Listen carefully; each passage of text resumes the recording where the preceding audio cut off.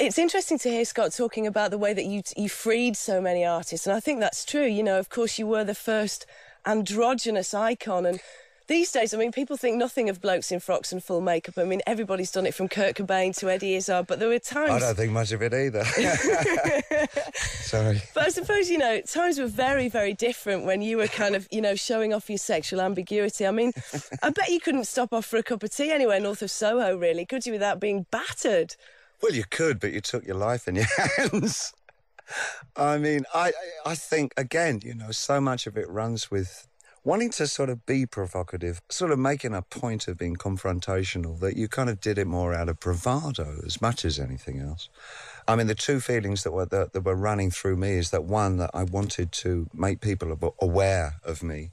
And the second thing was that I refused that I would have to live any kind of life that was behind closed doors and all that. In a way, again, reading, I've been fortunate enough to see how many people's lives have been so screwed up because they had to live their real lives in a kind of a strange, dark twilight kind of way. And I just knew I wasn't going to ever do that. And I think, frankly, it was the right thing to do.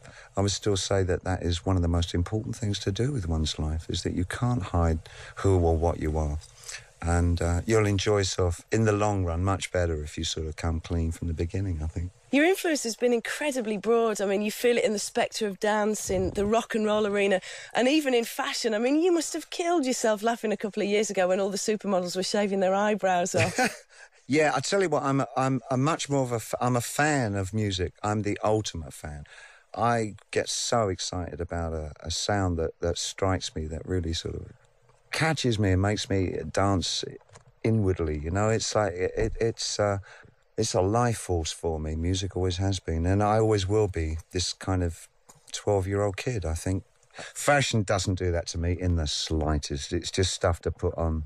I see it much more as something that I just dress up the different characters that I still come up with. You know, I've gone back to doing characters on things like the Outside album. Now, I enjoy it. I really do enjoy it. Now I feel a lot safer about it because I just don't become them off stage either, you know. I do think fashion is funny, really funny. It's so nonsensical. We don't have to do it. I mean, it's just one of those things like cuisine. You know, we just have to eat. We don't have to, like, put a little dress on it.